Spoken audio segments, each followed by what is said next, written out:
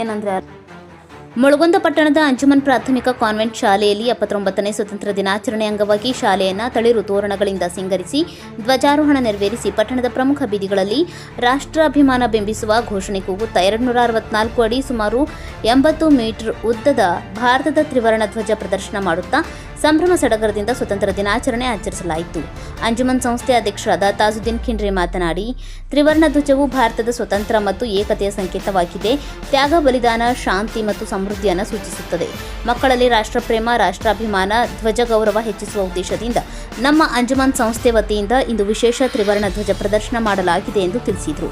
ಈ ಸಂದರ್ಭದಲ್ಲಿ ಉಪಾಧ್ಯಕ್ಷ ಹಮೀದ್ ಮುಜಾವರ್, ಹೈದರ್ ಖವಾಸ್, ಮುನ್ನಾ ಡಾಲಾಯತ್, ದಾವೂದ್ ಜಮಾಲ್, ಲಾಲ್ ಶಾಪೀರ್ ಮಕಾಂದಾರ್, ದಾವಲ್ ಸಾಬ್ ಲಕ್ಷ್ಮೇಶ್ವರ್, ಇಸ್ಮಾಯಿಲ್ ಖಾಜಿ, ರಫೀಕ್ ದಲೀಲ್, ಅಲ್ಲಾಬಕ್ಷಿ ಹೊಂಬಾಳ್, ಹಸನ್ ಸಾಬ್ ಶೇಖ್, ಚಮನ್ ಸಾಬ್ ಹಾದಿಮನಿ, ಸೈಯದ್ ಅಲಿ ಚವಳಿಕಾಯಿ, ಮಾಬುಲಿ ದುರ್ಗಿಗುಡಿ, ಖಲಂದರ್ ಗಾಡಿ, ಮಾಬುಲಿ ಕುರ್ತಕೋಟಿ, ಮಕ್ತುಮ್ ನದಾಫ್, ರಸೂಲ್ ಸಾಬ್ ಚಿಂಚಲಿ, ಹುಸೇನ್ ಅಕ್ಕಿ, ನಜೀರ್, ಶಾಲಾ ಶಿಕ್ಷಕಿಯರು ಮತ್ತು ಸಿಬ್ಬಂದಿ ವರ್ಗ ಹಾಜರಿದ್ದರು. ಇಸ್ಮಾಯಿಲ್ ಕಾಗದ್, ಕರಾಳ ಸತ್ಯ ನ್ಯೂಸ್, ಮುಳಗುಂದ.